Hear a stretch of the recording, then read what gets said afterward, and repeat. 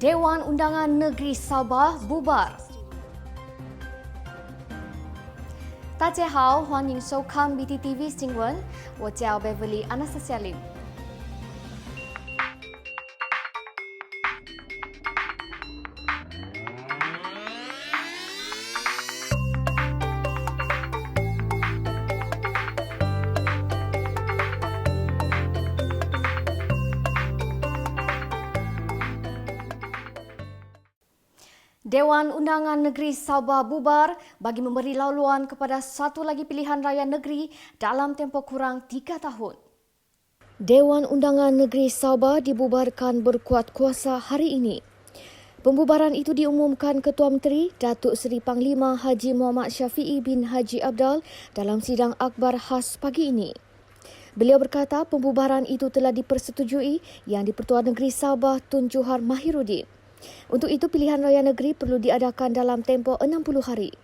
Terdahulu, Ketua Menteri menghadap Tun Johar di Istana Negeri selama kira-kira setengah jam pagi tadi. Kenderaan yang membawa Datuk Seri Muhammad Syafiee dilihat memasuki perkarangan istana jam 8.25 pagi tadi. Ini disusuli pertemuan tertutup bersama Ahli Dewan Undangan Negeri dan Ahli Parlimen Kerajaan Sabah di Pusat Pentadbiran Negeri Sabah. Menurut Ketua Menteri, melihat kepada perkembangan politik semasa, sudah tiba masanya untuk memulangkan semula mandat kepada rakyat Sabah melalui pilihan raya.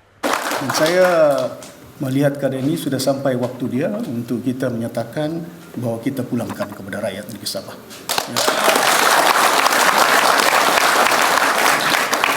Saya keadaan ini cukup saya berharap bertenang semuanya dan kita pastikan supaya kita hadapi cabaran ini dalam perlembagaan yang ada 60 hari dissolution yang perlu ditetapkan oleh Suruhanjaya Pilihan Raya yang ada untuk menetapkan waktu dia.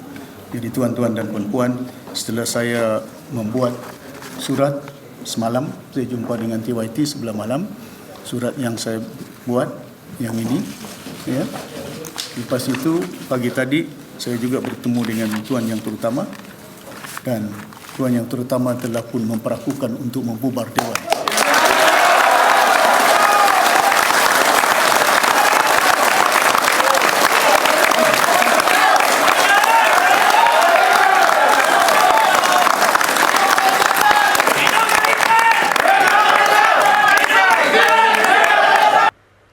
Keputusan pembubaran itu berjaya menggagalkan cubaan rampasan kuasa oleh bekas Ketua Menteri Tan Sri Musa Aman yang mendakwa memiliki majoriti muda. Semalam Musa dalam sidang akhbar mendakwa beliau mendapat sokongan majoriti dan akan menubuhkan kerajaan bersama gabungan baharu. Pilihan raya negeri yang akan ditentukan tariknya oleh Suruhanjaya Pilihan Raya SPR selepas ini melibatkan 73 kerusi DUN berbanding 60 kerusi pada 2018. 13 kerusi baharu itu adalah Pintasan, Pantai Dalit, Darau, Keramat, Limbahau, Tulit, Bengkokah, Bandau, Telupit, Sungai Manila, Lamak, Sugama dan Kukusan. Saya masih Ketua Menteri yang sah, tegas Datuk Seri Panglima Haji Muhammad Syafiee. Datuk Seri Panglima Haji Muhammad Syafiee menegaskan beliau masih Ketua Menteri Sabah yang sah sehingga tarikh hari mengundi pilihan raya negeri Sabah yang akan ditetapkan oleh Suruhanjaya Pilihan Raya SPR kelak. Dalam perundangan negeri Sabah, perundangan negara kita, walaupun Dewan bubar dalam jangka masa 60 hari, I'm still the caretaker.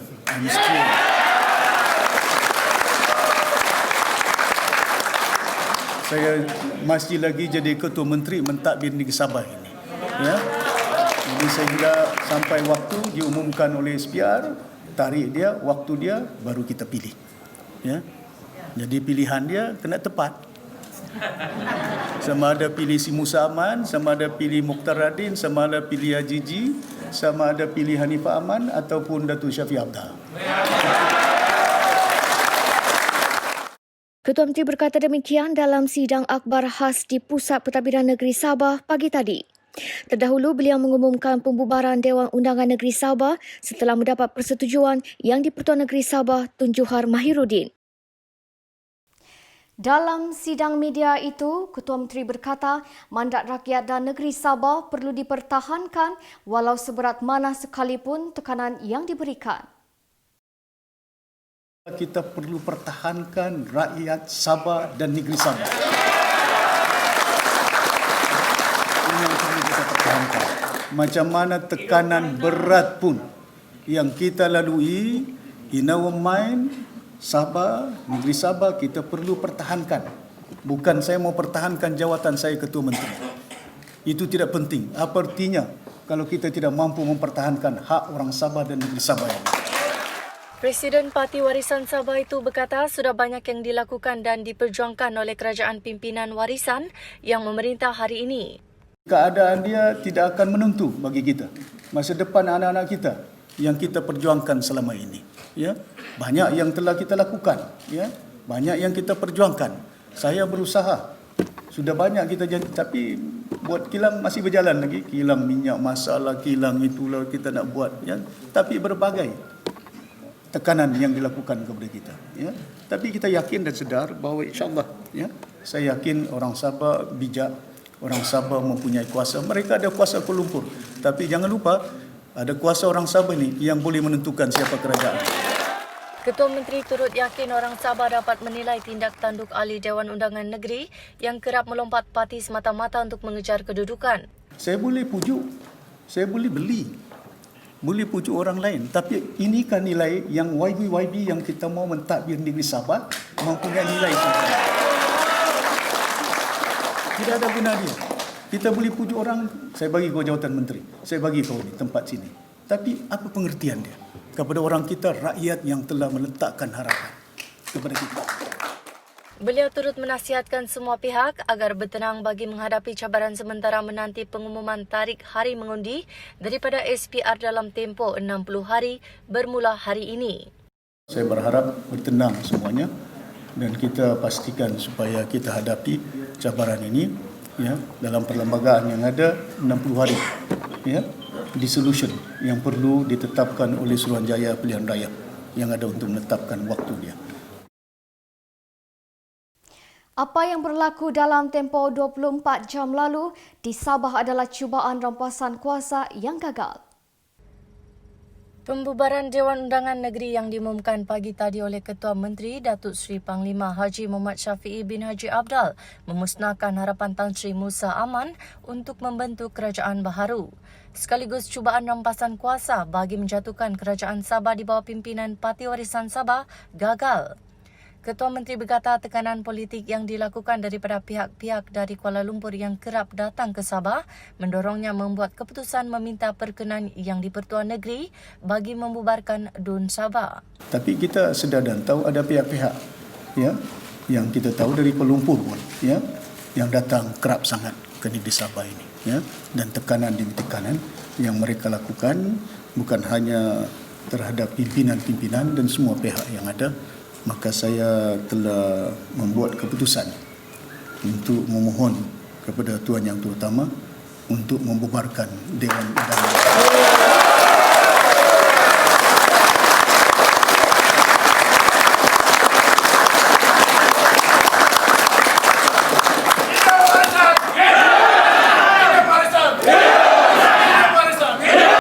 Datuk Seri Muhammad Syafiee berkata tidak wujud persoalan tentang jumlah kerusi kerana berdasarkan undang-undang negeri yang ada, beliau masih Ketua Menteri yang sah. Semalam saya datang, saya maklumkan Tun. Lepas itu kita buat persediaan dan hari ini kita telah pun mendapat, jadi pagi tadi saya pergi istana dan saya dipahamkan diorang juga pergi istana, tapi diorang pergi istana jam 10, saya jam 8 lebih. Ya. Dan saya masih Ketua Menteri. Saya masih Ketua Menteri. Ya, dari segi jumlah pun tidak ada persoalan dia. Tapi yang penting kepada kita, kalau jumlah mereka katakan mereka besar dan banyak sikit daripada kita, tapi kita kena faham dari segi undang-undang, ya, yang ada, I'm still a Chief Minister.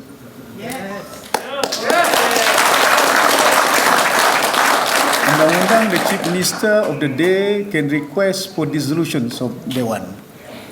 And it is under the Constitution's state enactment yang ada, TYT mempunyai hak dalam perlembagaan untuk membubarkan ataupun tidak Dewan Undangan Negeri ini. Itu kuasa mutlak kepada Tuan Yang Utama.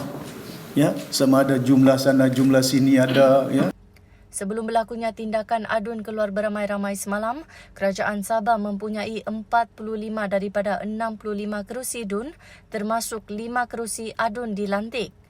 Semalam Musa mengumumkan beliau mempunyai majoriti mudah bagi membentuk kerajaan baharu setelah beberapa ahli Dewan Undangan Negeri Warisan, DAP, Pertubuhan Kinabalu Progresif Bersatu APKO dan Parti Keadilan Rakyat PKR bertindak lompat parti. Saya sedar daripada awal pun saya mempunyai SD 45, tebal SD saya.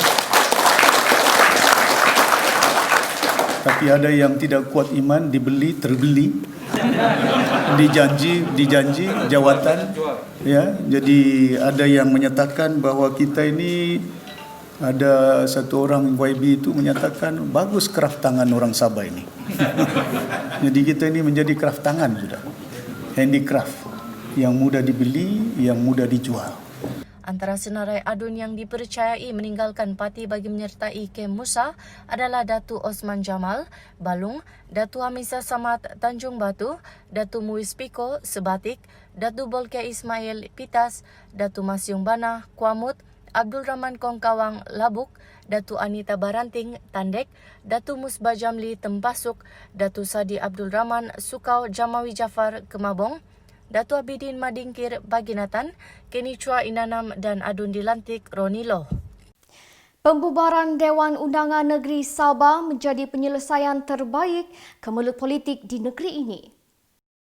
Bagi wakil rakyat kerajaan, pembubaran Dewan Undangan Negeri Sabah yang diambil Ketua Menteri adalah tindakan sebaiknya dalam menyelesaikan kemelut politik di negeri ini. Ini kerana masih ada pihak yang tidak berhenti untuk membeli wakil rakyat hingga saat ini. Mereka juga sudah bersedia menghadapi pilihan raya, malah persiapan itu sudah dilakukan sejak pilihan raya lalu.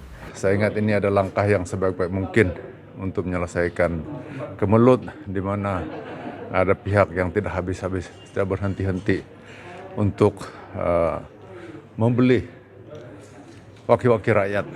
Sehinggalah tahap ini pada ketika di mana rakyat memerlukan pembelaan, rakyat memerlukan pelayanan, perkhidmatan daripada kerajaan. Kacau pula dia buat, jadi sebaik mungkin elok kita balik pada rakyat. Sementara itu, Adun Tanjung Papat dan pengerusi DAP Sabah, Datuk Frankie pun berkata pihaknya sudah bersedia untuk menghadapi pilihan raya negeri. It is a very wise decision and a very good decision because we need to have a stable government, and the government of the day has been working very hard for the people and focus on the riot. Unfortunately, the other side, whoever they are actually working against the interests of the people. Wakil rakyat lain yang kami temui juga bersetuju pembubaran DUN Sabah adalah langkah terbaik untuk menyelesaikan kemelut politik di Sabah. Dan pada hari ini kita sudah mendengar berita bahawa DUN sudah dibubarkan dan ini adalah sememangnya sesuatu yang telah dipikirkan dan telah dibincangkan bersama.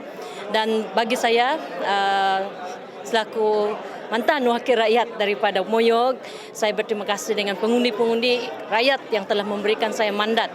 Dan pada hari ini adalah hari bila kita telah mengembalikan sekali lagi hak dan kuasa kepada rakyat. Jadi kita berikan kuasa penuh kepada rakyat untuk menentukan apakah hala tuju di manakah kita akan pergi. Kita serahkan pada rakyat. Kita di sini karena rakyat. Kita serahkan pada rakyat untuk decide. Adun Kedamaian Datuk Iwan Benedik menyifatkan cubaan menubuhkan sebuah kerajaan baharu di Sabah oleh Tan Sri Musa Aman sebagai satu bentuk kerajaan ketuanan Melaya. Dua adun dari DAP dan PKR yang menyokong Tan Sri Musa Aman dipecat. Parti Keadilan Rakyat PKR memecat adun Inanam Kenny Chua Tekho kerana terbabit dengan gerakan menjatuhkan kerajaan Sabah pimpinan Datuk Seri Muhammad Syafiee. Turut diambil tindakan sama adun dilantik yang juga bendahari DAP Sabah Ronilo Eng. Pengurusi Lembaga Disiplin PKR, Datuk Ahmad Kasim berkata Kenny dipecat selepas gambar kehadirannya bersama kumpulan bekas Ketua Menteri Sabah Tan Sri Musa Aman dirakam semalam. Tindakan memecat Kenny diambil setelah menerima pengesahan dari Majlis Pimpinan Negeri Sabah tentang keberadaan beliau dalam blok yang berusaha menjatuhkan Kerajaan Negeri Sabah. Serta mengambil kira pendirian PKR bahawa pengkhianatan terhadap mandat rakyat tidak boleh dibenarkan berlaku. Sementara itu, adun dilantik Roni Loe Eng turut dipecat oleh DAP kerana melakukan perbuatan serupa. Pengurusi Jawatan Kuasa Disiplin DAP Chong Ching Jen berkata pemecatan itu berkot kuasa serta-merta. Roni yang juga bendahari DAP Sabah turut dilucutkan daripada semua jawatannya dalam parti. Polis nafi mesej tular minta orang ramai jangan keluar ke Bandaraya Kota Kinabalu. Polis Sabah hari ini menafikan mesej tular kononnya meminta orang ramai jangan keluar ke Bandaraya Kota Kinabalu kerana tidak selamat. Pesuruhjaya Polis Sabah Datuk Zaini Jas berkata mesej itu adalah tidak benar, sebaliknya keadaan di Kota Kinabalu adalah tenang dan terkawal. Beliau meminta orang ramai agar tidak mempercayai dan tidak menyebarkan berita palsu. Mereka yang didapati menyebar berita palsu boleh diambil tindakan mengikut undang-undang, katanya ketika dihubungi. Beliau mengulas satu mesej tular meminta orang ramai tidak keluar ke Bandaraya Kota Kinabalu hari ini kerana kemungkinan berlaku sesuatu yang tidak diingini akibat perkembangan politik di Sabah. Wan An, 再见.